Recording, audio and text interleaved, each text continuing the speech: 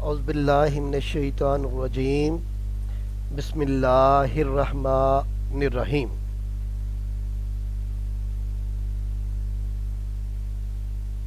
آج ہم لوگوں نے جہاد کے حوالے سے اس کے مختلف پہلوؤں کو زیر بحث لانا ہے، تو ہم اس کا آغاز کرتے ہیں۔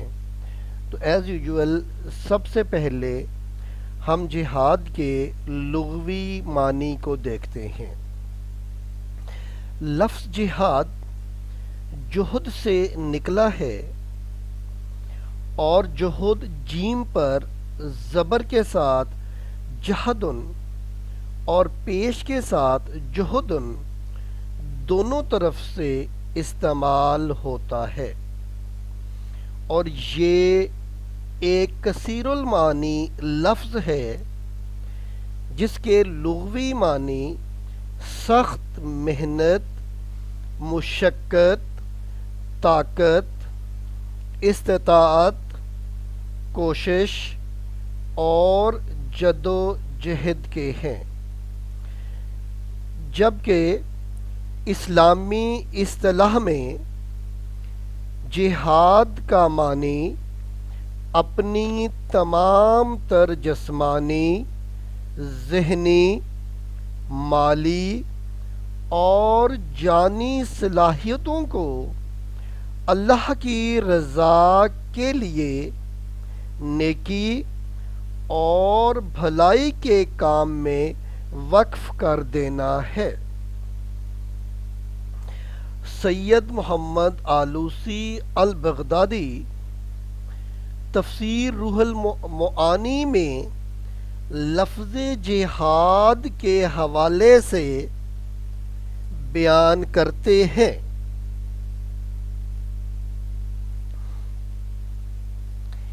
ان الجہاد بذل الجہد فی دفع ما لا یرضی، کسی ناپسندیدہ اور نقصان دہ چیز کو دور کرنے کے لیے کوشش کا نام جہاد ہے۔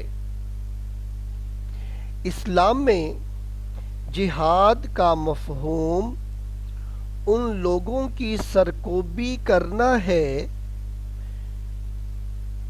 جو امن و امان کو تباہ و برباد کرنے، انسانوں کے آرام و سکون کو ختم کرنے اور اللہ کی زمین میں فساد انگیزی کرنے کی کوشش کرتے ہیں، اور خصوصاً اس وقت جب لوگ اپنے گھروں میں انتہائی پرسکون زندگی بسر کر رہے ہوں، یا ایک اس کی آسان سی تعریف یہ کی جا سکتی ہے کہ ہر وہ کوشش جو دین اسلام کو بچانے اور مسلمانوں کے تحفظ کرنے کے لیے کی جائے جہاد کہلاتی ہے۔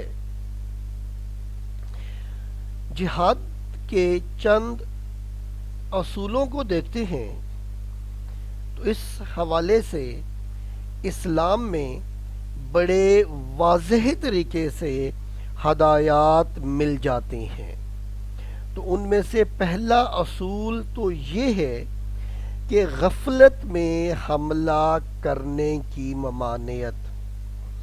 عرب عام طور پر شب خون مارتے تھے۔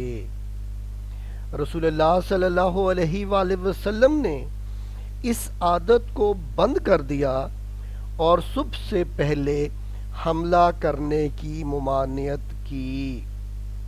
حضرت انس رضی اللہ تعالی عنہ غزوہ خیبر کا ذکر کرتے ہوئے فرماتے ہیں، رسول اللہ صلی اللہ علیہ وآلہ وسلم کسی قوم کے پاس رات کو پہنچ جاتے تو صبح ہونے سے پہلے اس پر حملہ نہیں کرتے تھے، اور یہ بات صحیح بخاری کتاب الجہاد سے لی گئی ہے۔ دوسرا اصول یہ ہے کہ دشمن کو آگ میں جلانے کی ممانعت۔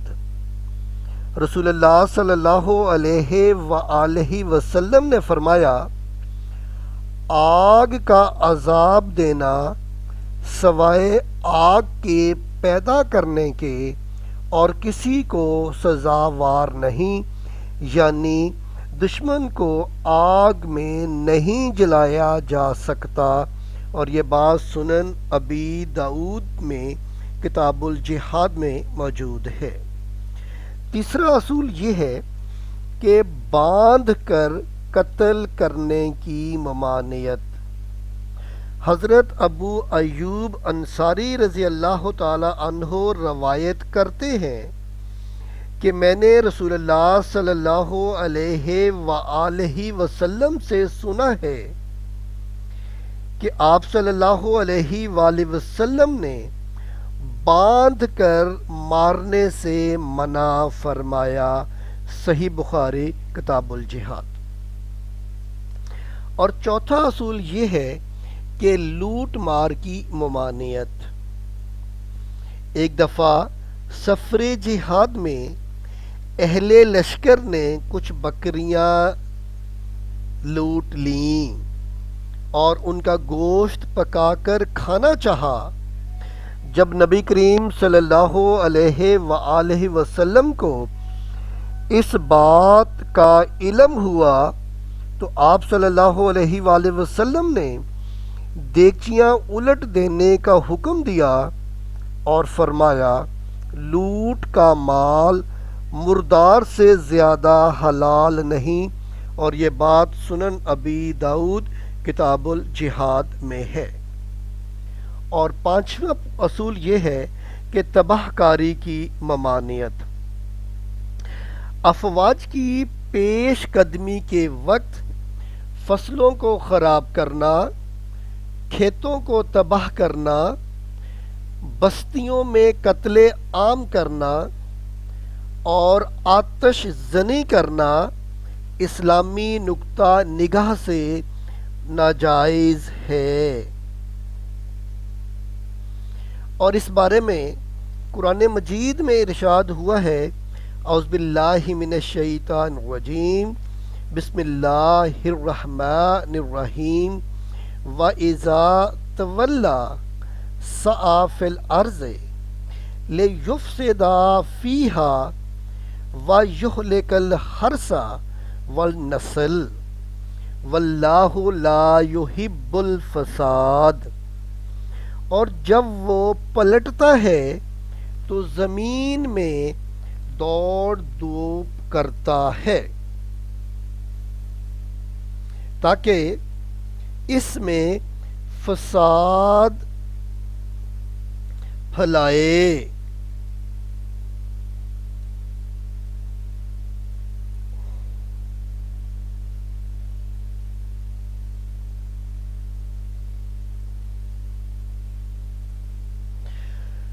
اور کھیتی اور نسل کو تباہ کرے، اور اللہ فساد کرنے والوں کو پسند نہیں کرتا۔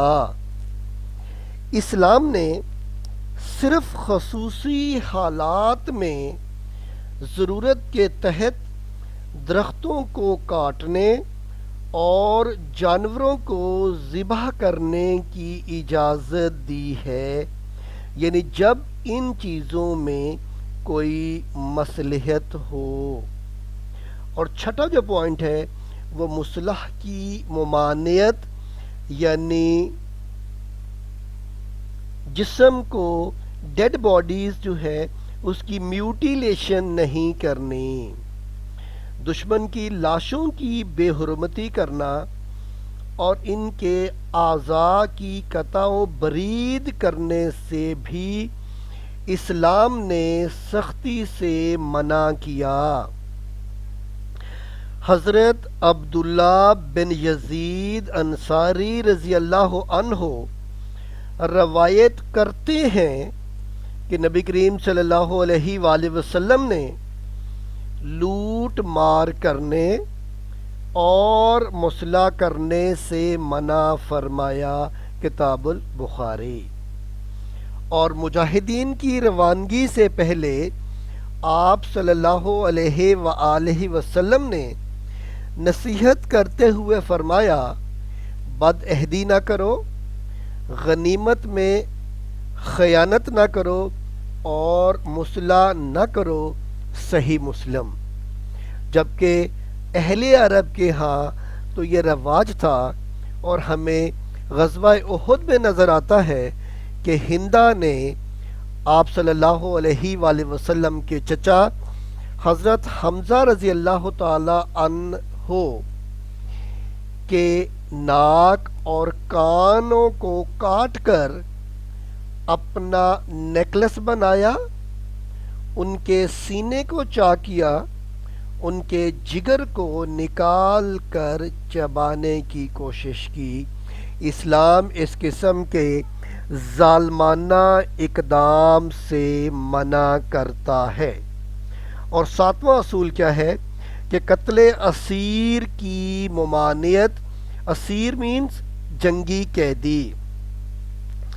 فتح مکہ کے موقع پر نبی کریم صلی اللہ علیہ وآلہ وسلم نے شہر میں داخل ہونے سے پہلے اعلان فرمایا، کسی زخمی پر حملہ نہ کیا جائے، کسی بھاگنے والے کا پیچھا نہ کیا جائے، کسی قیدی کو قتل نہ کیا جائے، اور جو اپنے گھر کا دروازہ بند کر لے وہ امان میں ہے۔ اور رسول اللہ صلی اللہ علیہ وآلہ وسلم نے خود غزوہ بدر میں جو قیدی آئے تھے ان کے ساتھ حسن سلوک کر کے ایک نئی اگزامپل پیش کی تھی۔ اس کے بعد جو نیکسٹ پوائنٹ ہے وہ 8واں اصول یہ ہے کہ قتل سفیر کی ممانعت۔ سفیروں اور قاصدوں کے قتل سے بھی رسول اللہ صلی اللہ علیہ وآلہ وسلم نے منع فرمایا۔ جب مسلمہ کذاب جھوٹا نبی کی طرف سے 2 آدمی جو قاصد تھے گستاخانہ پیغام لے کر آپ صلی اللہ علیہ وآلہ وسلم کی خدمت میں حاضر ہوئے تو آپ صلی اللہ علیہ وآلہ وسلم نے فرمایا، اللہ کی قسم اگر قاصدوں کو قتل کرنا ممنوع نہ ہوتا تو میں تم دونوں کی گردن مار دیتا۔ سنن ابو داؤد۔ جو 9واں اصول ہے وہ یہ ہے کہ بد عہدی کی ممانعت۔ عہد توڑنے اور معاہدین یعنی ذمی پر دست درازی کرنے کی مذمت میں بے شمار احادیث آئی ہیں۔ حضرت عبداللہ بن عمر رضی اللہ تعالی عنہ سے روایت ہے کہ نبی کریم صلی اللہ علیہ وآلہ وسلم نے فرمایا، جو کسی معاہد یعنی ذمی کو قتل کر دے گا اس کو جنت کی خوشبو تک نصیب نہ ہوگی۔ صحیح بخاری۔ اس کے بعد 10واں اصول جو ہے وہ یہ ہے کہ بد نظمی اور انتشار کی ممانعت۔ عرب لوگ دور جاہلیت میں جب جنگ کے لیے نکلتے تو بد نظمی کا شکار ہوتے، راستوں میں لوگوں کو تنگ کرتے اور آبادیوں کو پریشان کرتے۔ ایک دفعہ نبی کریم صلی اللہ علیہ وآلہ وسلم کو اس بات کی شکایت پہنچی کہ مجاہدین میں بد نظمی پھیلی ہوئی ہے، منزل کو تنگ کر رکھا ہے، تو آپ صلی اللہ علیہ وآلہ وسلم نے اعلان فرمایا جو کوئی منزل کو تنگ کرے گا یا راہ گیروں کو لوٹے گا تو اس کا جہاد نہیں۔ سنن ابی داؤد۔ اور 11واں جو اس کا اصول ہے کہ وحشیانہ افعال کے خلاف عام ہدایت۔ دور جاہلیت کے برعکس نبی کریم صلی اللہ علیہ وآلہ وسلم جب جہاد کے لیے مجاہدین کو روانہ فرماتے تو فرمایا کرتے اللہ کی راہ میں اللہ کے نام کے ساتھ جہاد کرو، ہر اس شخص سے جو اللہ کا منکر ہو جہاد کرو، اور مال میں خیانت نہ کرو، بد عہدی نہ کرو، مصلح نہ کرو، اور بچوں کو قتل نہ کرو۔ صحیح مسلم۔ اور حضرت ابو بکر صدیق رضی اللہ تعالیٰ عنہ نے بطور خلیفہ جب شام کی طرف فوجیں روانہ کیں تو ان کو 10 ہدایات دی تھیں۔ نمبر 1، کسی عورت کو قتل نہ کرنا۔ نمبر 2، بچے کو قتل نہ کرنا۔ نمبر 3، بوڑھے کو قتل نہ کرنا۔ نمبر 4، کسی پھلدار درخت کو نہ کاٹنا۔ نمبر 5، آبادی کو ویران نہ کرنا۔ نمبر 6، بکری اور اونٹ کو زخمی نہ کرنا مگر یہ کہ اگر انہیں کھانا ہو تو۔ نمبر 7، شہد کی مکھیوں کو نہ جلانا۔ نمبر 8، اور ان کو نہ بھگانا۔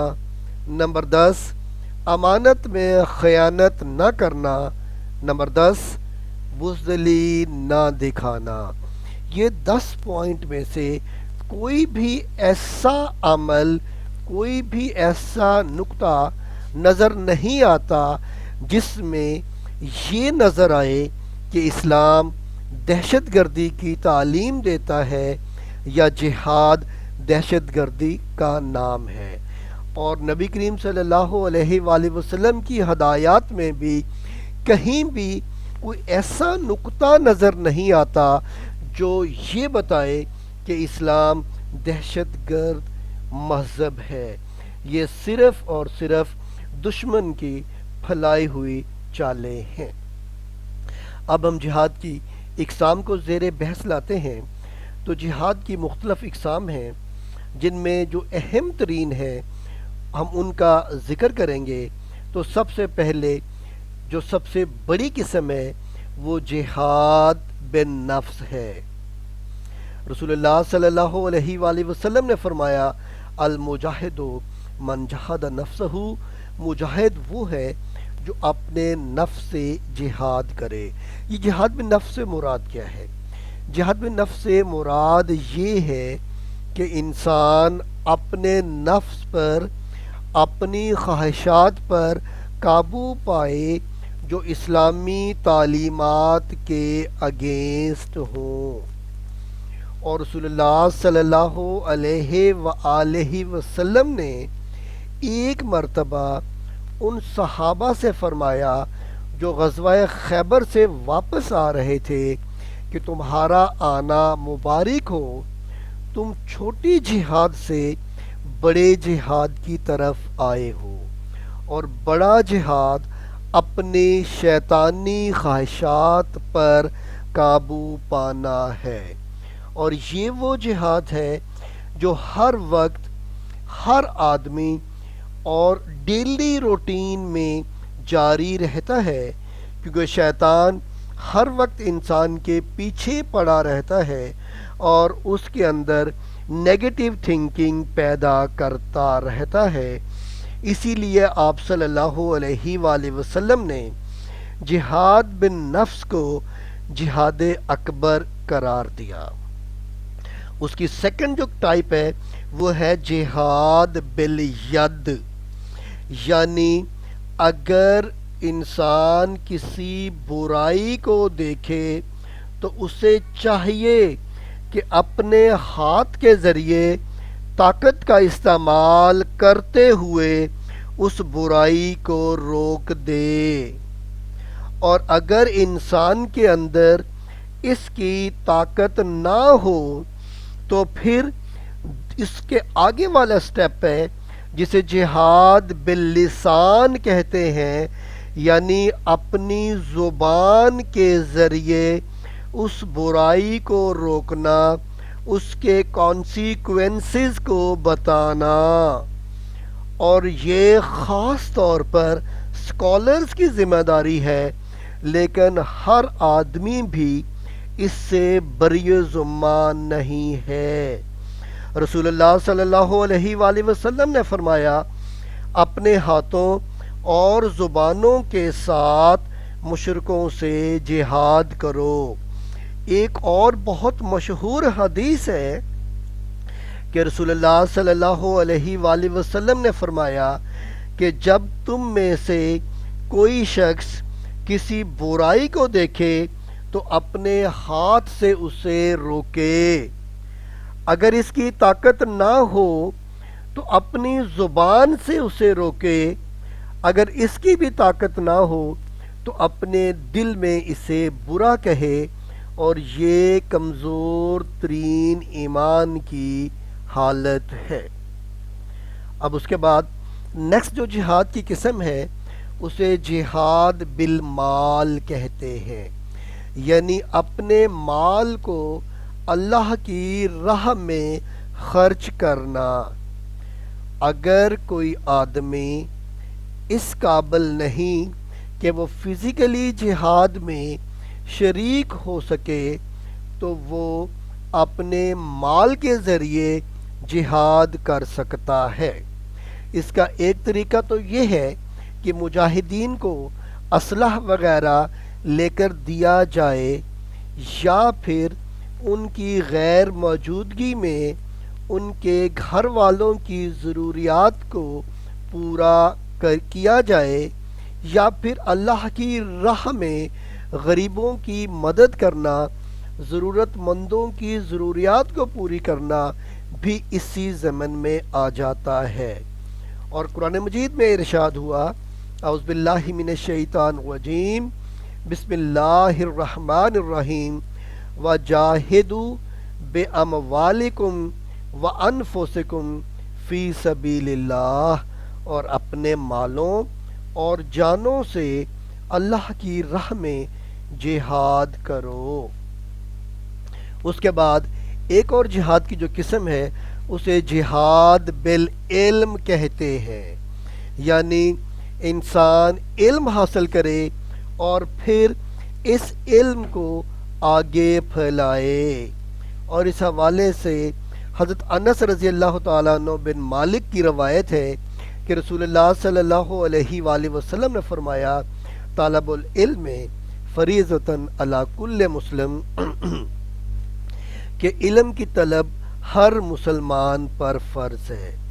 اس وقت پریزنٹ سینیریو میں جہاد بالعلم کی بہت زیادہ ضرورت ہے، کیونکہ اسلام کے دشمن اور رسول اللہ صلی اللہ علیہ وآلہ وسلم کے دشمن آپ صلی اللہ علیہ وآلہ وسلم کے خلاف اور اسلام کے خلاف بہت کچھ لکھ رہے ہیں، اور کبھی آپ صلی اللہ علیہ وآلہ وسلم کے خاکوں کے کمپٹیشن بھی کروا رہے ہیں۔ تو ان حالات میں پڑھے لکھے لوگوں کی یہ ذمہ داری ہے کہ وہ ان کا لاجیکلی جواب دیں تاکہ معصوم لوگوں کو گمراہ نہ کیا جا سکے، اور لوگوں کو یہ بھی بتایا جا سکے کہ اگر ایسے حالات پیدا ہو جائیں، دشمنان اسلام آپ صلی اللہ علیہ وآلہ وسلم اور اسلام کے خلاف لکھیں، تو پھر ہم سڑکوں پر آ کر روڈ کو بلاک کر کے اور ایمبولنس وغیرہ کو بند کر کے لوگوں کی جانوں کو خطرہ میں نہ ڈالیں، اور اس کے ساتھ ساتھ گاڑیوں کو اور عمارتوں کو نقصان نہ پہنچائیں، بلکہ پرامن طریقے سے، لاجیکلی طریقے سے کوئی ایسا طریقہ اختیار کیا جائے، لوگوں کی ٹریننگ کی جائے، ان کو تعلیم دی جائے کہ ان کا سوشلی بائیکاٹ کیا جائے، ان کی اکانومی کا بائیکاٹ کیا جائے، تاکہ وہ اس قسم کی حرکتیں نہ کر سکیں، اور ساتھ ہی لاجیکل آنسر دینے کی کوشش بھی کی جائے۔ یہ سب کچھ جہاد بالعلم کے دائرہ کار میں آتا ہے۔ اس کے بعد اس کی ایک اور قسم جو ہے وہ جہاد بالسیف ہے، کہ جب دشمنان اسلام کو مٹانے کے لیے، مسلمانوں کو ختم کرنے کے لیے میدان جنگ میں اتر آئیں، تو پھر ہر صحت مند مسلمان کی یہ ذمہ داری ہے کہ وہ تلواروں اور جدید ہتھیاروں کے ساتھ میدان جنگ میں اترے اور ان کے خلاف جہاد کرے، اور ایسے لوگوں کو اللہ تعالی پسند فرماتے ہیں، جیسے ارشاد باری تعالی ہے، اعوذ باللہ من الشیطان الرجیم، بسم اللہ الرحمن الرحیم، ان اللہ یحب الذین یقاتلون فی سبیلہ صفا کأنہم بنیان مرصوص۔ بے شک اللہ تعالیٰ ان لوگوں کو پسند کرتا ہے جو اس کی راہ میں صف باندھ کر لڑتے ہیں، جیسے وہ سیسا پلائی ہوئی دیوار ہوں۔ اب ہم جہاد کی اہمیت کو قرآن اور احادیث کے حوالے سے دیکھتے ہیں۔ تو قرآن مجید کے حوالے سے بڑے واضح انداز میں بیان کیا گیا ہے کہ جو لوگ جہاد کرتے ہیں، اللہ تعالیٰ نے ان کے لیے جنت کا وعدہ فرمایا ہے۔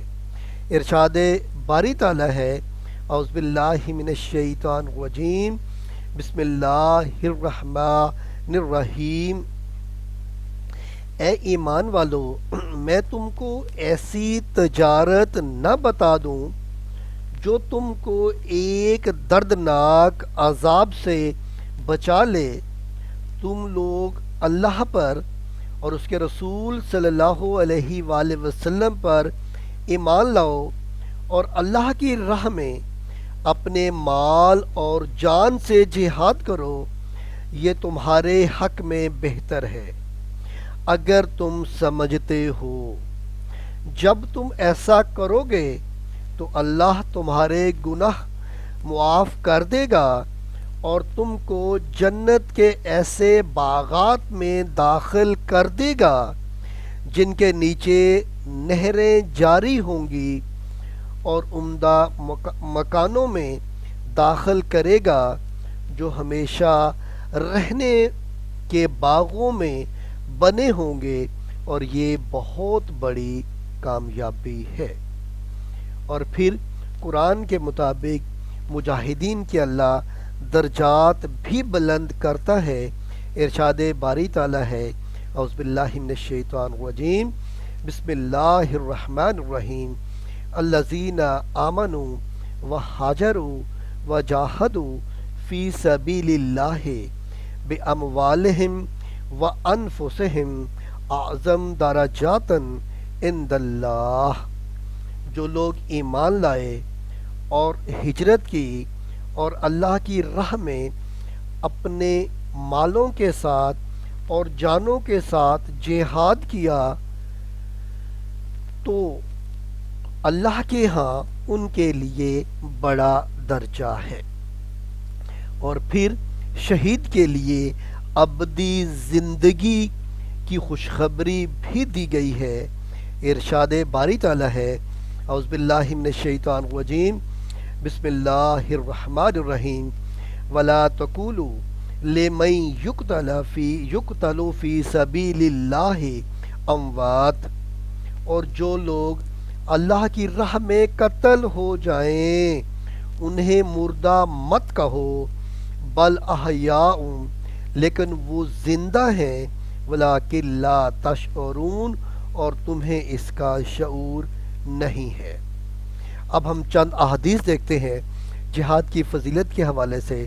تو رسول اللہ صلی اللہ علیہ وآلہ وسلم نے جہاد کو جہنم سے بچاؤ کا ایک ذریعہ قرار دیا۔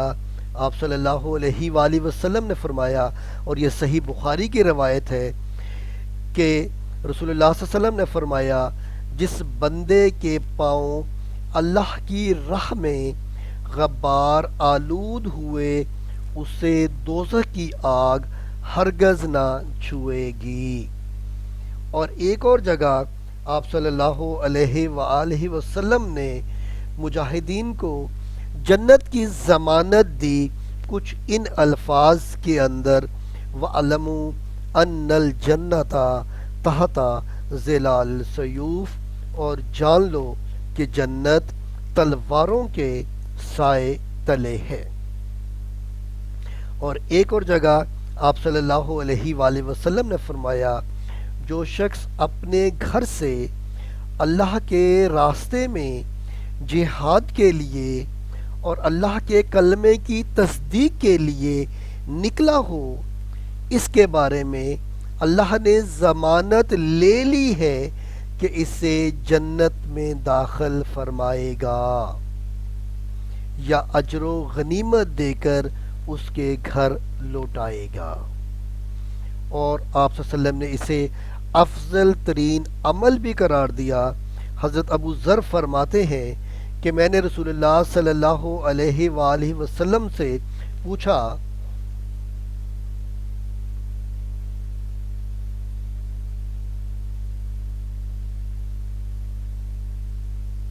کہ اعمال میں سب سے افضل کون سا عمل ہے؟ تو آپ صلی اللہ علیہ وآلہ وسلم نے ارشاد فرمایا، اللہ پر ایمان لانا اور اس کے راستے میں جہاد کرنا افضل ترین عمل ہے۔ ایک اور جگہ آپ صلی اللہ علیہ وآلہ وسلم نے جہاد کو دنیا و ما فیہا سے بہتر عمل قرار دیا۔ آپ نے فرمایا، مسلم شریف کی روایت ہے، کہ اللہ کے راستے میں ایک شام یا ایک صبح کا لگا دینا دنیا اور جو کچھ دنیا میں ہے اس سے بہتر ہے۔ اور ایک جگہ پر آپ صلی اللہ علیہ وآلہ وسلم نے مجاہدین کے لیے اعلیٰ مقام کی خوشخبری دی۔ آپ صلی اللہ علیہ وآلہ وسلم نے ارشاد فرمایا، معراج کی رات میں نے دیکھا کہ دو آدمی میرے پاس آئے اور مجھے ایک درخت پر لے گئے، پھر انہوں نے مجھے ایک گھر میں داخل کیا جو بہت حسین اور اعلیٰ تھا۔ میں نے اس سے زیادہ خوبصورت گھر کبھی نہیں دیکھا۔ انہوں نے مجھے بتایا کہ یہ شہداء کا گھر ہے، اور یہ صحیح بخاری کی روایت ہے۔ اب ہم دیکھتے ہیں کہ جنگ اور جہاد میں کیا فرق ہے۔ سب سے پہلے تو ہمیں ان کے مقصد میں ہی فرق نظر آ جاتا ہے۔ جنگ کا مقصد اپنے علاقے کو پھیلانا، دوسروں کی پراپرٹی یعنی ملکیت پر قبضہ کرنا، اور ان چیزوں کو حاصل کرنے کے لیے قتل و غارت سے بھی پرہیز نہ کرنا، جبکہ جہاد کا مقصد اس سے بالکل اپوزٹ ہے۔ اس کا مقصد صرف اور صرف لوگوں کا تحفظ کرنا، اور جہاں پر لوگوں یعنی مسلمانوں کی مذہبی آزادی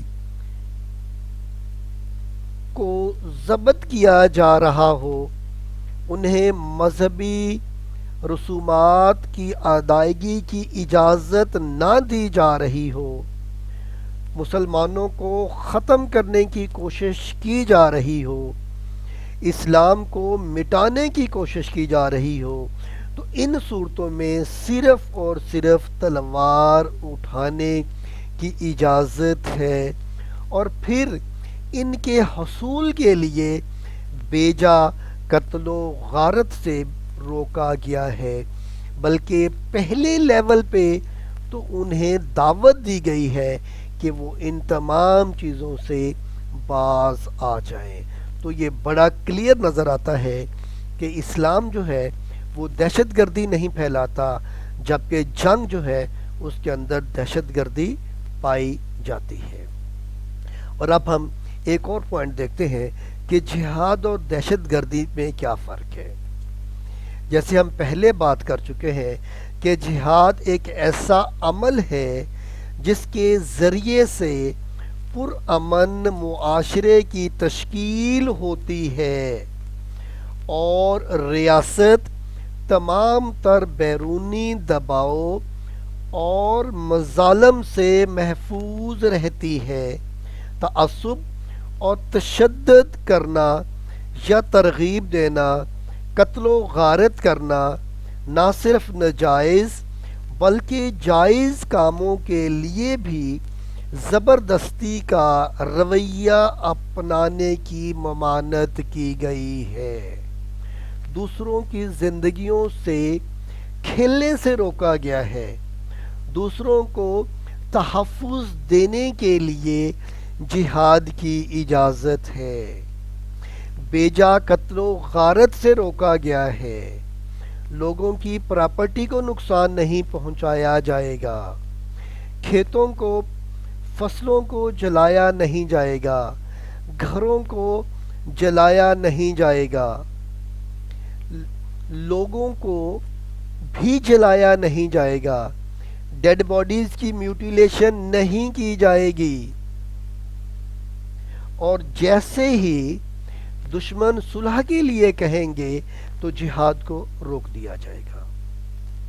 اب اس کے اپوزٹ اگر ہم دہشت گردی کی طرف آئیں تو ہمیں نظر آتا ہے کہ دہشت گردی کیا ہے کہ بے گناہ شہریوں کے خلاف طاقت کے ایک ایسے استعمال یا استعمال کی دھمکی کو دہشت گردی سے تعبیر کیا جاتا ہے، جو کسی سیاسی یا معاشرتی تبدیلی لانے کی غرض سے ہو، کسی حکومت کو دھمکانے، خوفزدہ کرنے اور اپنے سیاسی اور معاشرتی مقاصد کو آگے بڑھانے کے لیے اس حکومت کی شہری آبادی یا اس کے کسی حصے کی جان و مال کے خلاف یا تشدد کا غیر قانونی استعمال دہشت گردی کہلاتا ہے۔